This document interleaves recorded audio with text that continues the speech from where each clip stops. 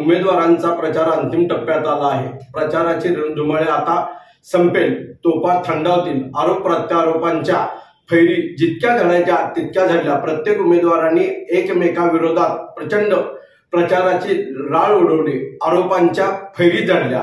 आता अंतिम टप्प्यात प्रचाराला असताना छत्रपती उदयनराजे भोसले यांच्या संबंधाने गुणगौरव करत असताना उमेदवार कसा असावा, उमेदवारांकडून काय अपेक्षा आहेत याबद्दल भारतीय जनता पार्टीचे समन्वयक डॉक्टर अतुल भोसले यांनी व्यक्त केलेले मनोगत। सुरुवात देखील नगरसेवक पदापासूनच केली होती आणि नगरसेवक पदापासून आमदार, मंत्री आणि नंतर खासदार अशा विविध पदांना न्याय देण्याचं काम छत्रपती श्रीमंत उदयन महाराजांनी आपल्या कारकिर्दीमध्ये केलं।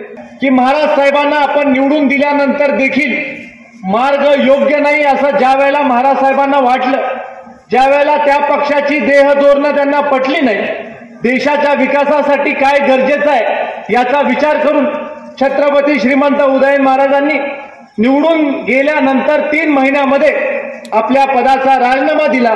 सत्तेचा पदाचा मोह त्यांनी केला नाही आणि छत्रपती श्रीमंत उदयन महाराज हे आदरणीय मोदीजींच्या पाठीशी उभं राहण्याच्या बाबतीमधली भूमिका घेऊन तुम्ही प्रत्येकाने घरोघरी जावा, प्रचार करा, माझा निरोप प्रत्येक घरापर्यंत द्या आणि आपले उमेदवार आदरणीय छत्रपती उदयन महाराजांना मोठ्या मताधिक्यानं निवडून ठेवले पाहिजे।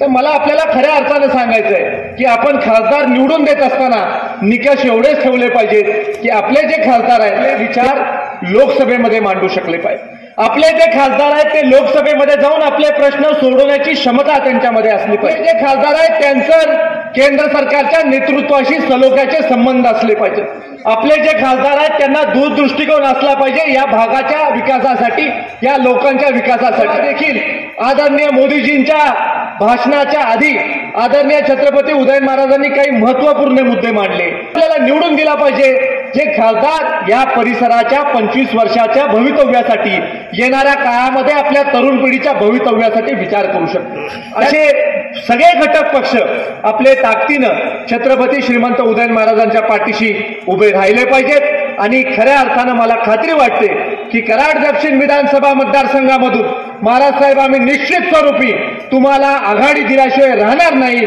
एवढी विनंती, एवढी सगळ्या कार्यकर्त्यांच्या वतीनं मी तुम्हाला आश्वस्त करू इच्छितो।